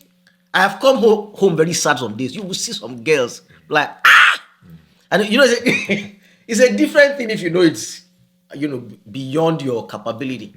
It's been offered to you. It's there. As our people say, it's within touching distance. All you must do is just take it. Yeah, so there are difficult days. It's just that the more you progress, the lesser the difficult days become. But I don't think any man is going to be on this face of the earth and not struggle with it from time. If those men exist. Yeah, true. They are my heroes. Yeah, everybody will struggle at some point. Did I struggle with it at the initial stage? How do I put this? That it will not look as if it's not true. But I'll put it now. You are the one I'm talking. I've told this story many times. So maybe I should say it again. The plantain story. The plantain story. That story breaks my heart. I know you shouldn't have, but it breaks my heart. You're a single man. Please. She offered you, but on the other hand, it's something you had before. So, okay. So there are two stories. I'm not sure I've told you the second one. I've had opportunity of the one I've not had before. Okay. Please don't bring. And I still said no. There is this Yoruba proverb that says, if you have not been tested, don't think you are strong enough to overcome challenges. Yeah. You have been tested many times, like you have opportunity, you did not. Those two stories, they are strong evidential stories to show that God's grace and personal decision and principle has helped me. Yeah. Right? Because I will not downplay the part of grace. That a woman is naked right in front of you and you said, no, I'm not doing this. All things are passed away. It takes grace, it takes courage, and it takes self-discipline. So if you can go through that time, and you are not even married then, because I was not married then, and I could do if I wanted to, but I had become, all things have already passed. When the old things are not passed, things were passing under the bridge. But all things are passed. So once you make up, and just like you said, why I can't even do this is because of the energy. I don't have the energy to be hiding phone, telling lies. A call is coming in, you don't want to pick it, you're looking at your wife. Like, The phone is on the table there. Your wife is there. Your father. The phone is Magbe. Magbe. it's a lot. It's a lot for those guys that do it. I know. It's a lot. Sometimes I just pity them. What's the wahala? On top what? Because you want to have sex with them. Just like you said, there are consequences. What I say about adultery is that it's sweet. What I want to do is sweet, but I say it's like ice cream laced with poison. And you have to take both. So you enjoy the sweetness of the ice cream, but the pain of that poison, you will still meet it out there. It may take a while, but it will eventually come. And some feel that, it does not come. They see other people, which is also a big challenge. When you see other people do stuff, and it seems as if they get away with it, and you feel that, this one has been cheating for how long? In fact, since right from the wedding day, he has been cheating on his wife. He slept with somebody on that wedding night, quickly finished, and then came back home, and all of that. That now look at that. He's doing well. His work is going well. He's making money. He's blessed. They have 3 kids. They have 3 kids, and everything is fine. There were 2 people. There were 2 people that flagged Jesus Christ on that cross. One made it with Jesus Christ in paradise. The other one did not make it. Why did the other one not make it? Why? Why did the other one not make it? Because this other guy made it to paradise. Does that mean this guy will make it to paradise? There are people who have been doing abortion constantly, regularly. Any small thing like this, she gets pregnant, she aborts. And then she finally found someone that she gets married to. As she's getting married, she's having children. 3 children, 4 children, as many as she wants to have. Who has done multiple abortions. You find this other person who has done multiple abortions and gets married. And she cannot have a child because she has done multiple abortions. Now, how do you balance that? Don't use somebody else's GPS to plot your own destination. It will always be different. Don't. So because this person is doing it, I have to something like everybody's doing it. No, it's not everybody that is doing it. It's only those that you know. In the days of Noah, the population now is way more than that time. The Bible says that only Noah was found upright. You will always find upright people. And then if you compare, now people do you know that Solomon actually spoke against adultery? Oh yeah. In clear words, we've shared that scripture before. No, Proverbs 5:6. Yeah. Proverbs 5. That was Solomon speaking there. Yeah, he said, in fact, that part chills. He said, there is no man who will escape the punishment of adultery for sleeping with another man's wife. That's Solomon. Yeah, he made it clear. He said, drink from your cistern only. Yeah, why should your water be spread in the street among strangers? Yeah, that was Solomon. Now, this guy that say, Solomon had many wives. This one. Do you know what Solomon went through for him to write? Why did he write that kind of thing? This guy had 300 concubines. 300 women that he was sleeping with that were not his wives. Today we call them side chicks. And he's warning you. Do you know why he did that? Look, let me tell you what. There are, like you said, there are consequences to everything that we do, positively or negatively. But you see, the consequences of the negative things that we do, people don't come back to tell us. They deal with it in the secret. They do stuff in the open, but when the consequences come, they won't come in the open to tell us, for people to even learn. They deal with it in the secret. I know quite a number of people who have really messed up, who have done stuff, who are dealing with it now. That the reason why they're going to what they're going to is because of what they did. And look, again, we make one mistake. We feel that the consequences of our actions will be related to the nature of those bad decisions that we take. Meaning that if you commit adultery, the consequence will be something related to sex and marriage and children. No. You see, God works in various ways. We cannot fathom, we don't know. His ways will never be our ways. His thoughts will never be our thoughts. Do you know that in mass adultery, the consequence may come from something to do with his job, something to do with his neighborhood? You don't know. You just don't want to fall into the wrong side of God. And people say, David, I need to say this. You know that mercy of God, let's look at mercy. For that is where many of us hide. Oh, God has mercy. God is merciful. There is grace. Grace is not a ticket for no, let me rephrase it. Grace is strength given to you to stop you from committing sin. God gives you, my grace is sufficient for you to stop you from going through that route. So ask for grace, to strength. Grace is not a ticket for forgiveness of your sin. We reverse it. Grace is, before you commit that sin, I will give you grace. It's not that after you have committed the sin, I will not give you grace. Yes, God will forgive you. He's faithful and just to forgive you your sin. 1 John 1:8. When you come to him, yes, you go to him, he forgives you. But you see that forgiveness, he is the only one that can determine it. He can forgive you. It's not all the time. You are in the court of law. Teju, I'm the judge. There's a law. There's a law that says that if you steal goat, you will have 3 years jail time. That is the law. Steal a goat, 3 years jail time.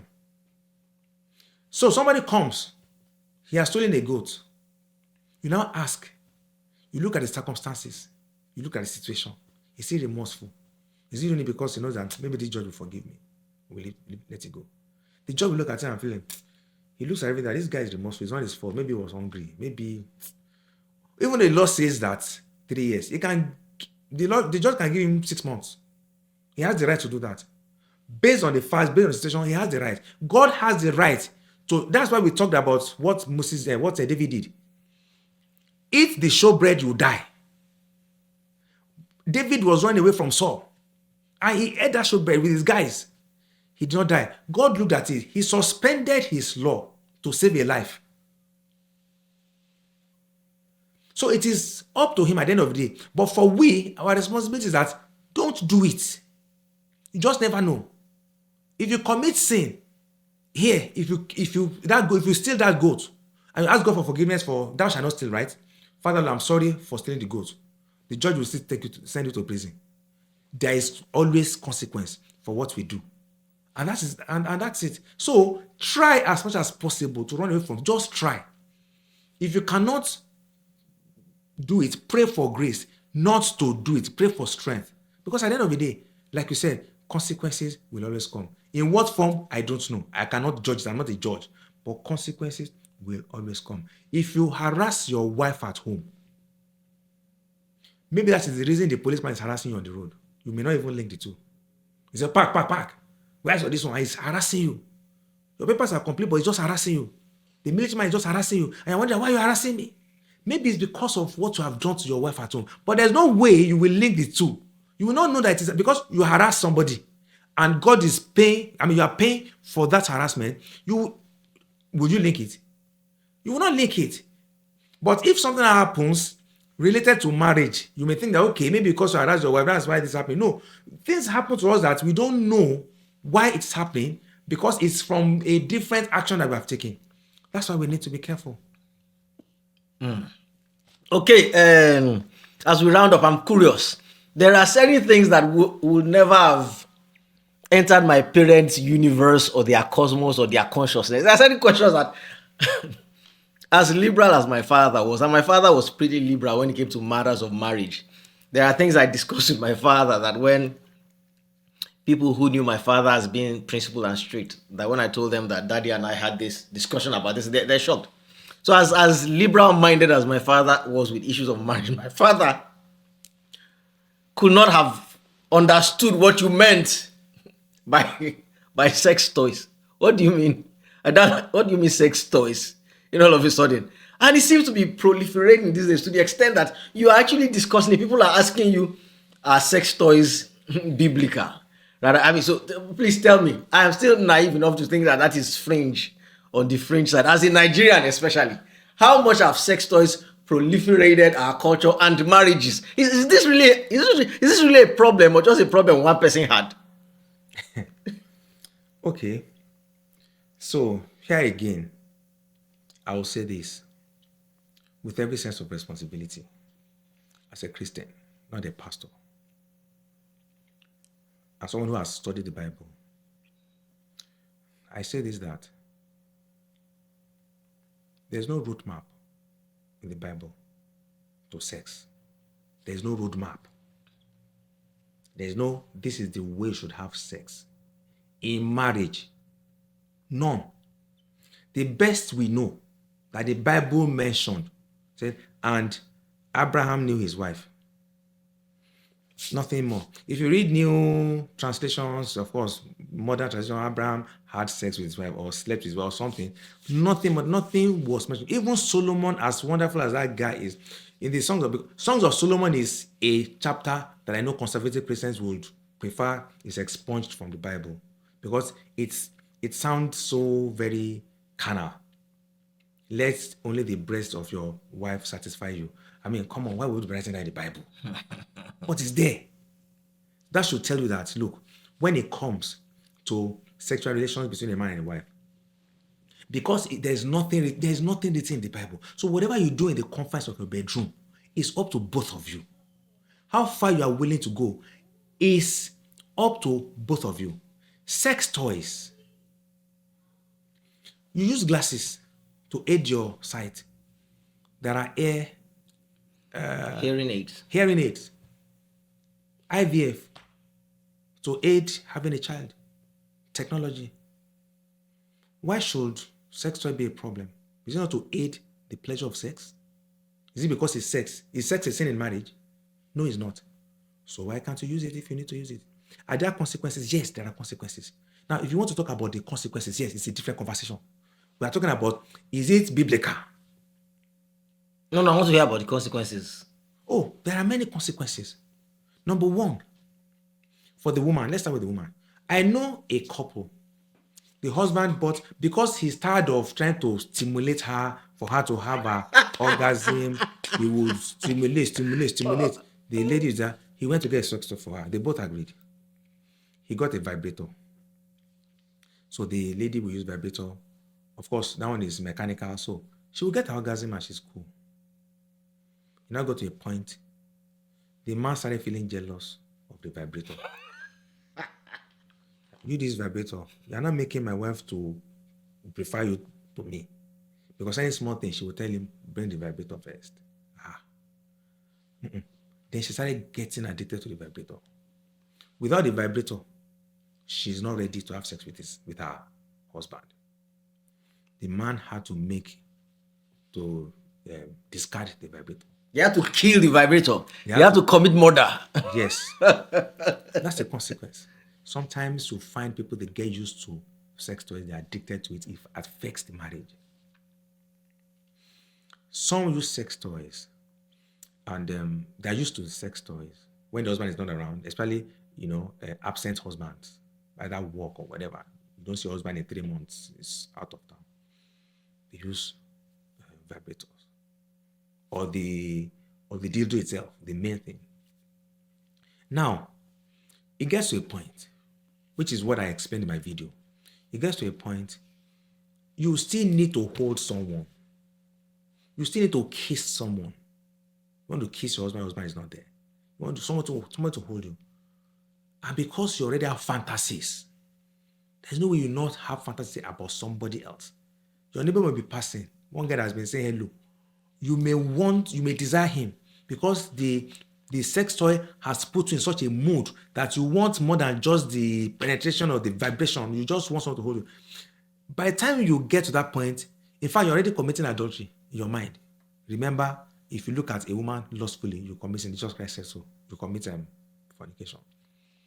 So that's another consequence, negative consequence. When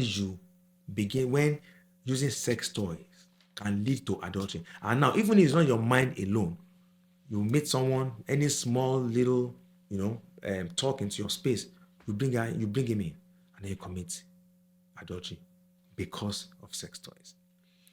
Does sex toy have positive values? So I won't say yes in totality. I will say it depends on the situation of the couples.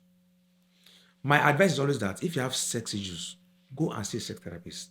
We don't do that in Nigeria so much. I was about to ask that. Do we have sex therapists in We Nigeria? have, but people don't go to them. People are shy to go to them. I mean, a lady brought her husband to my office. She didn't know what the guy wanted to come. He didn't know what she wanted to come and tell me. So when he got to my office, she now started telling me about how the guy does not. Since she got married, sometimes she wants oral sex. He doesn't want to do it. He's a spiritual brother. The mouth I'm using to eat and praise God is the mouth you want me to never. Yeah. Not only that, I bind you in the name of Jesus. You are from the pit of hell. Masita Kasaraba. You in this room, this will not happen. The demonic spirit inside of you. Am I a dog? Yeah, that's how this guy put it. And she was like, oh my God. And she said, this is one way in which she gets lubricated. She gets ready. Which also comes to the fact that she's done this before she became engaged, she got married.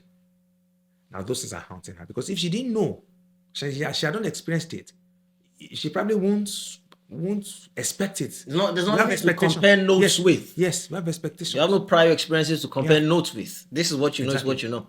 Exactly. Like a lady that told me that her last boyfriend has a big penis, and she was used to sleeping with him with a big penis. They broke up. Fast forward, the guy that she met, that she got married to, has a small penis. What does she do? So sometimes she will have to fantasize about her ex to be able to enjoy, to be able to be ready, to be lubricated with her husband. I had to tell her there are ways in which there are styles, positions, whereby you will enjoy sex with someone that has a small penis. These are the things that I do, that I tell them, which, like I said, a pastor may not be able to tell them.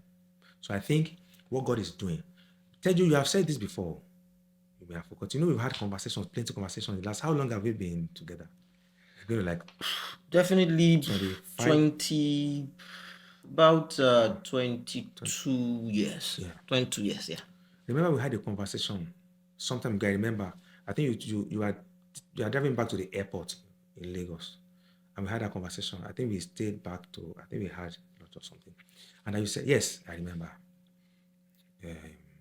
You said that God is bringing some people now who are not really conventional people. In fact, younger generation. I'm not a younger generation, by the way. I'm almost 60, so, but I connect with the young people a lot. But you were saying God is bringing some younger that are not churchy people, that God is going to use to help the people of this generation. That people will relate to them, because our pastors, our fathers in the Lord and everything, they are not connecting with the realities of today. They are still in that old-time religion reality, which is not happening now. That's people, in fact, you mentioned some pastors who are relating to the young ones, especially coming down to the Gen Zs, right? And that's what I think is happening. So what those pastors, with all due respect to them, may not be, it's not their fault really. They may not be comfortable telling a member of their congregation that, look, go and try this style, go and try that sexual position. When some pastors even feel that missionary is the only approved biblical position. There are pastors that feel that the missionary position is the only approved biblical position. Yes, and because they call it missionary. And we have Islamic missionaries. And so missionary is not really Christian. No go here. No, but it's true. No, I've had that. People are complaining. And the question I asked is that, so if you do another style that's not missionary, you can't get pregnant. It's only by missionary that you can get pregnant if it is the one approved. Because if that's the only one that's approved by in the Bible, if you do any other one, you shouldn't get pregnant. Right? So we have people who are still very maybe extremists or conservative. But like I said, there are people who are out there. So I think I belong to that category of people who will be able to be real and talk to you without really, even though I'm a Christian and I say it with every sense of responsibility, right? Everything I say, I've studied and I follow the Bible, but I will be real with you. They want people that will be real. They don't want people that will come, you come to me and you tell me this is a challenge you have in your mind. I say, just go and pray. Go and fast for 21 days. And then go and pray. What? So you are being hurt. Something's happened to you in the house. Your husband is cheating on you. And then it's really terrible. And I'm telling you that go and pray. Go and pray. You can't even pray. I've gone through some situations that I can't even pray. Emotional situations. You cannot pray if you are going through stuff. You can't. You can only pray when you are mentally balanced at some point. Not when you are dying. Something is killing you. And I pray, oh Lord, my husband, let him not cheat again. Come on, who prays that kind of prayer? So what I'm saying is, I help them. I explain those things to them. Then I will tell them, sex toy, coming back to sex toy again. Since it is not there, you can do it. But by yourself, know the limitations. I will say, for me, it is not appropriate. But if I know the challenge, that's okay. For your own peculiar challenge, if you use it and it works for you, then fine, you have not committed a sin. We are talking about sin. You have not committed a sin. Overspeeding is not a sin. Is overspeeding a sin in the Bible? But if you overspeed, you can kill somebody or die. Because of that, don't overspeed. Does that not make sense? Well, I mean, there's a way I could argue overspeeding is a sin. Overspeeding is a sin against the government. Against government in the Bible. Paul's in the Bible, suggestion is obey the government. I mean, it's not. But well, you're right. Technically, it was Paul saying it. I mean, it's not like not like you're going to open it and find that thou shalt not overspeed. Yeah. Right. So yeah. Yeah. Okay, so I can sleep here with you. I have one more question to ask you because I have not even got. See me writing right here, and then I have this full thing. I'm like, we will sleep here. So you're easily one of the guests that will come back to the show. Where was that things to talk about? I just want to know, given the way the world is going, really, is marriage really worth it anymore? There just seems to be so much stress and pressure. Do we still need marriages really? Because people used to get married for kids. But I think there is more harm done kids now in a lot of marriages than good. You know, I've seen kids who are marriages just turning out just disturbed kids, right? And then somebody said recently that the kids you want to get married for, so you think they will stay around today? They go off, they go to college, say go pay, that's it. So you think your kids will be hanging around you when you're old. After you spend all the years taking care of them, they're going to leave you and your wife alone. Then if it's companionship you want, invariably safe, you guys might not even be happy together. You'll be fighting, arguing all the time. It seems that all the usual old arguments for marriage, they are now paling. They are now failing in the face of other things. I mean, I can have a living lover. We're faithful to ourselves and all of that. If I want, I can adopt. Why does all this stress of marriage? As I know a friend that is trapped in the sexless marriage. I know a friend that is professionally trapped in a marriage because of kids. Men are just feeling trapped. Please tell me, is marriage still worth it? What are we getting, Gogo? Okay. Men are feeling trapped. Are women not feeling trapped? Okay, so I can only speak for the men, but okay, women are probably feeling trapped. So what is because the woman out there really wish that she didn't marry you. She wish that she married somebody else. Okay. And she's trapped in it. Okay. In fact, she wish that she didn't have those 2 children with you. She just wish that. In fact, she wish that she just lives alone. It's a human thing. Do you want to tell me that even those that are single, that are not married, you think they don't have their own troubles too? Oh yeah. The person that has a living lover, do you think he doesn't have troubles too? Even all these people that I don't like to use the word side chick. I don't want to use that word. But all those mistresses that are out there, you think many of them are happy being mistresses? Because of what you see on social media, like I said, social media, you think they also don't want to have their own families too? A faithful husband with maybe 2 children, 3 children, 4 children. You think they don't want to? You think they want to continue to play second fiddle? So he does stuff with you and goes back to his family. You see his family on social media, birthday, happy birthday, Father's Day. They are doing happy Father's Day, happy Mother's Day with the children. Oh, mommy, daddy. But you are there somewhere in the dark, alone. When they're doing family day, he won't be with you. You will family yourself, or maybe you go to your siblings or to your mom to do family day with them. He will go back to his wife and children to do family. You think she's happy? And the man that's out there too, that has the mistress out there, some of them, it's not as if they want to, just like you said, maybe he's not happy in the home with his family or with his wife. And then this is the woman that gives him solace. Then he goes to him. Many of them don't want to. There are some men that cheat. They actually don't want to cheat.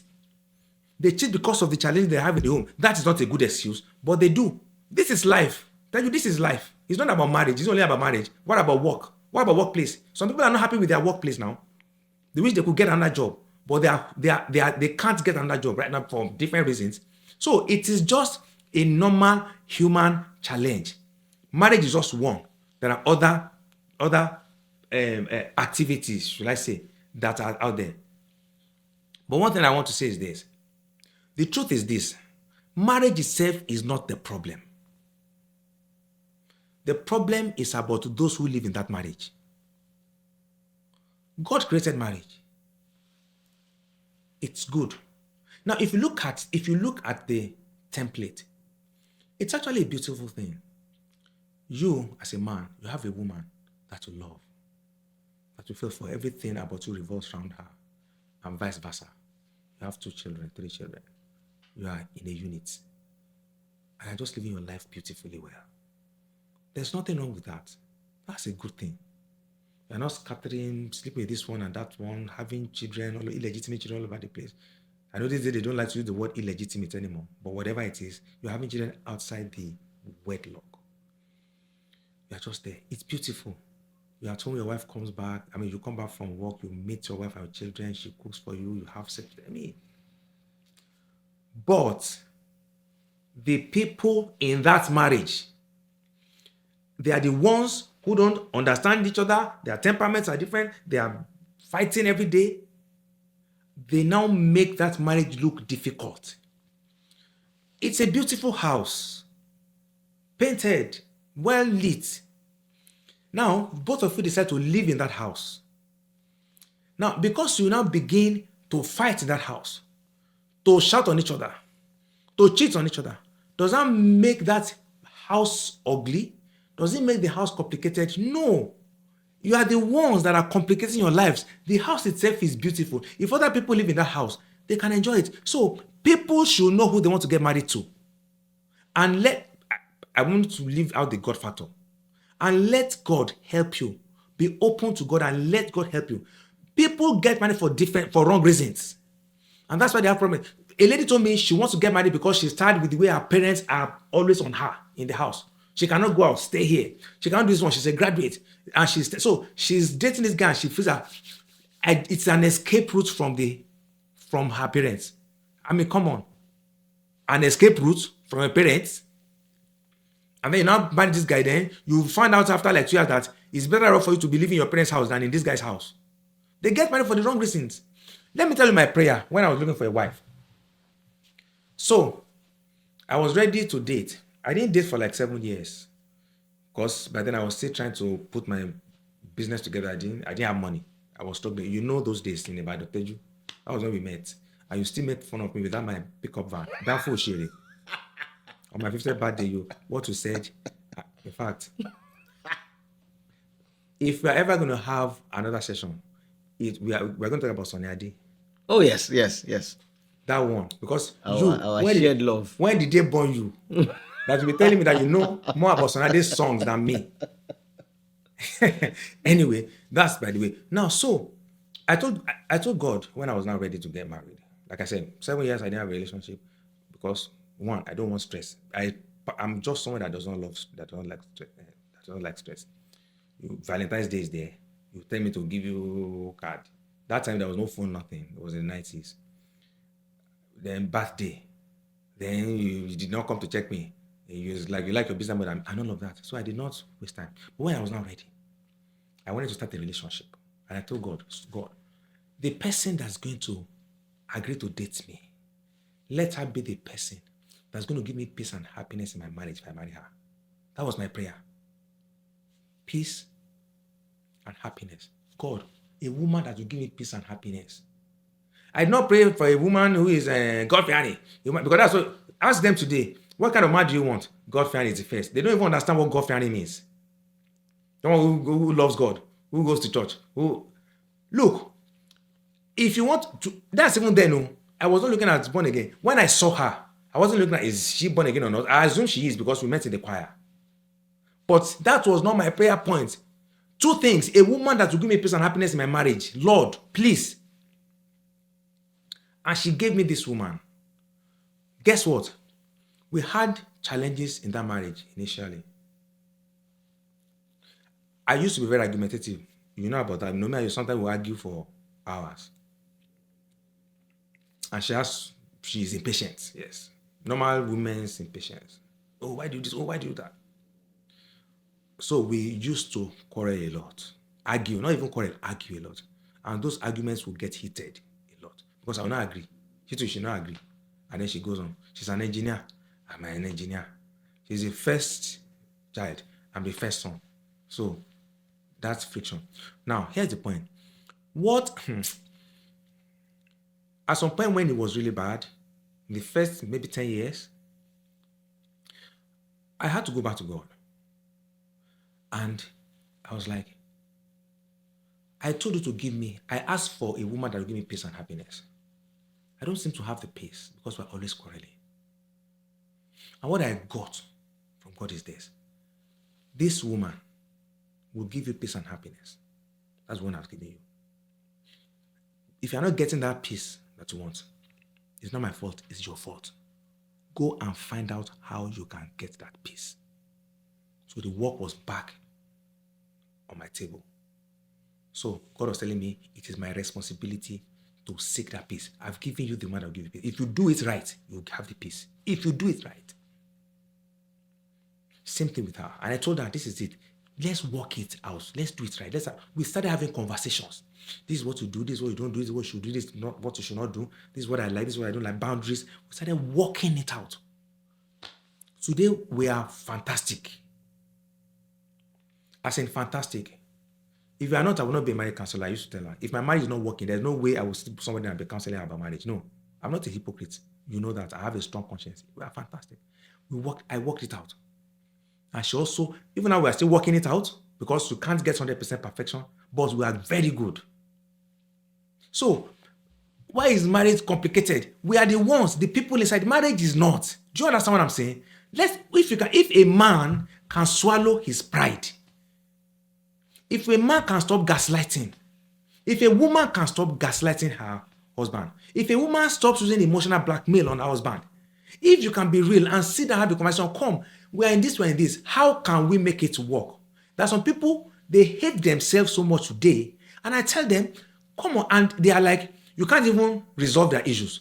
So I ask them sometimes, when you met each other, was it like this? Were you enemies when you were getting married? You loved each other, you wanted to marry each other. Can you go back? Are you okay? Can you rewind to that time and then rebuild? Some say, no way. I'm not ready to rebuild. So it is about us. There's pride, there's arrogance, there's ego, there's so much, there's gaslighting, there's argument that is in it. Is that how God made it? It is you. Tell you, if your marriage is not working, it is you. If it's not working, it is your wife. You are not able to work it out. It's not the marriage itself. So marriage is not complicated. Are we not complicated? We are human beings. Go to any unit, church unit. You do know how they fight there. If you live in you live here in the US, if your brother comes to the US today to live with you in your house, I'm very sure that within 3 weeks, max, let's say 4 weeks, you start having issues with him. We will fight. We don't put this here in this place. Oh, if you are coming back to the house, you have to enter by 7. Oh, we don't. And she's saying, bros, you can't be telling me what to do now. I'm an adult. No, but you cannot do. You will start having quarrels because even though you are siblings, you still have different inclinations. Even twins fight. So it's not that. Can you see that when even two siblings, They can fight. They can have issues. To a point, do you know how many siblings have parted ways? The brother will chase out the younger one. Go and look for a place. You cannot stay with me. Many times. Why? Are they married? They are not married. So it's a human issue. It's not marriage issue. It's a human issue. And that's how I see it. Well, I have two things to say. First is ayé yìí ò le àwọn ẹ̀dá God bless inú you. ẹ̀ God bless you. ló Those sọ are ilé ayé dogun. Continue. And Continue. then, Níbi tó yẹ ká ní sùúrù fúnra wa. Continue. Èmi ò gba ìwọ ò gba ló ń fa kìtìyàn. Ẹ jẹ́ ká mú lẹ́sọ̀lẹ́sọ̀ jẹ̀lẹ́ńkẹ́. Ẹ jẹ́ ká mú lẹ́sọ̀lẹ́sọ̀ jẹ̀lẹ́ńkẹ́. That's it. Yeah, I was going to sing by Adegboyega too. Pé rere lọ́lọ́run mi dálé ayé o. Ọmọ Ádámọ̀ ní rora wọn robí. Yeah, you know. That's it. Well, That's it. Eso, thank you for. I'm the only one that calls me Eso. So you Everybody say- else calls me Soji. Yeah, I mean, One Ikoni Eso. that's how you will know it's me. That's exactly. Thank you for Exactly. doing this. We're doing this in the United States, where you came, by the way, to speak to a group of people at the Roundtable, the convention. Yeah. Thank you. I'll have you back. I have so many questions, and I'm sure there will be a lot of I'll be back. questions. I'll be back second or third month in January. In 2026. I'll see you in Nigeria shortly anyway. Okay. Regardless. Okay.